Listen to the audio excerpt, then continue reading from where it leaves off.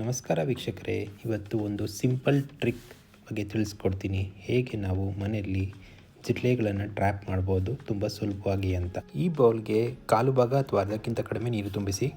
ನಂತರ ಈ ಬೌಲನ್ನು ಜಿರಳೆಗಳು ಎಲ್ಲಿ ಹೆಚ್ಚಾಗಿ ಓಡಾಡುತ್ತವೋ ಅಲ್ಲಿ ಇಡಿ. ಅಡುಗೆ ಮನೆ ಅಥವಾ ಲಿವಿಂಗ್ ಏರಿಯಾ.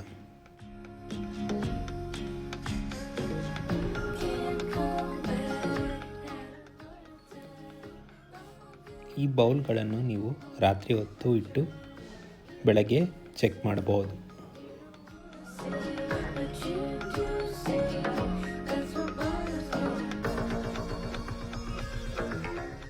ಹೀಗೆ ಜಿರಳೆ ಮರಿಗಳು ಬೌಲ್ ಒಳಗೆ ಟ್ರ್ಯಾಪ್ ಆಗಿರ್ತವೆ.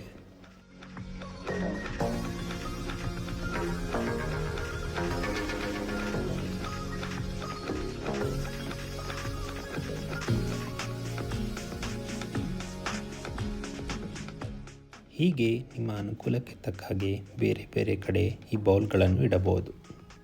ಈ ಕಂಟೆಂಟ್ ನಿಮಗೆ ಇಷ್ಟವಾದಲ್ಲಿ ಲೈಕ್ ಮಾಡಿ, ಶೇರ್ ಮಾಡಿ ಮತ್ತು ನನ್ನ ಚಾನಲ್ಗೆ ಸಬ್ಸ್ಕ್ರೈಬ್ ಆಗೋದನ್ನ ಮರಿಬೇಡಿ.